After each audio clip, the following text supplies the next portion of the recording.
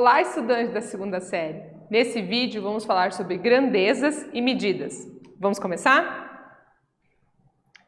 O que são unidades de medida? Então, as unidades de medida são modelos estabelecidos para medir diferentes grandezas, tais como comprimento, capacidade, massa, tempo e volume. E aqui na imagem a gente está mostrando como é feita a medida da jarda, né? Que é a distância entre a ponta do nariz e a ponta do dedão com a mão fechada, equivale a 0,91 centímetros, uma jarda, que é uma unidade aí de comprimento.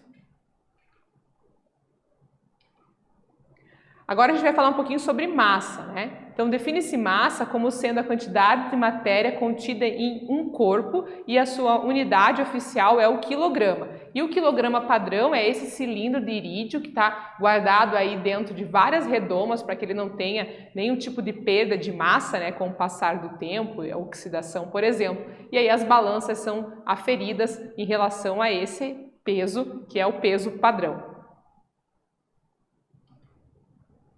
Os 7 múltiplos da unidade de massa são o quilograma, o hectograma, o decagrama, a grama, o decigrama, o centigrama e o miligrama. Então, lembrando-se que essas conversões aqui são muito importantes para a gente. Então, 1 quilograma é igual a 1000 gramas, 1 grama é igual a 1000 miligrama e 1 miligrama é igual a 0,01 gramas. Utilizando essas conversões, a gente pode fazer regra de 3 quando a gente precisa de uma resposta numa unidade de medida diferente. Também podemos usar essa escala aqui para fazer a conversão, olha. Para transformar a unidade de massa em seus múltiplos, devemos entender que as 7 unidades são decimais, ou seja, para transformar uma na outra é preciso multiplicar ou dividir por 10, conforme mostrado nessa escala. Então, a gente vai multiplicando por 10 nesse sentido ou dividindo por 10 no outro. Massa e peso são grandezas iguais? Não, não são. Massa e peso são coisas diferentes, apesar que no cotidiano a gente usa as palavras como sinônimo. Massa é a quantidade de matéria que existe em um corpo, mas o peso ele é uma força e, portanto, a unidade é o Newton. E o resultado da interação da gravidade de um local é onde está uma matéria, uma determinada massa, e vem dessa equação. Então, o peso é a massa vezes a gravidade do local. Então, é a influência da gravidade na uma determinada massa. Agora vamos falar um pouquinho sobre volume e sua capacidade.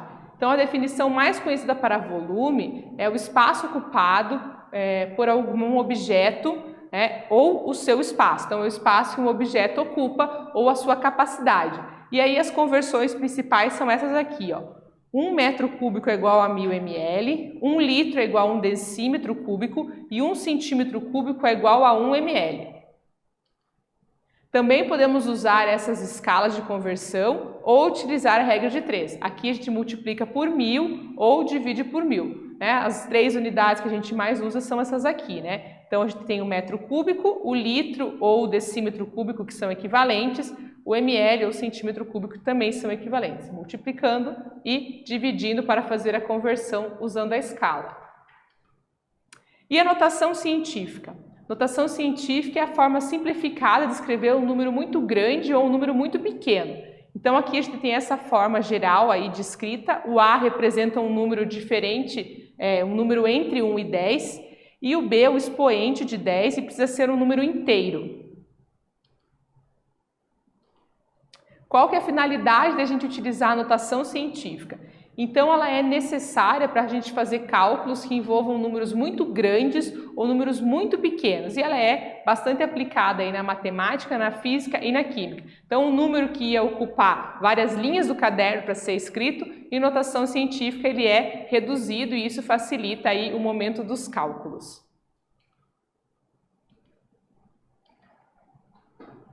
Nesse vídeo, nós falamos sobre grandezas e medidas. Espero que vocês tenham gostado e até breve.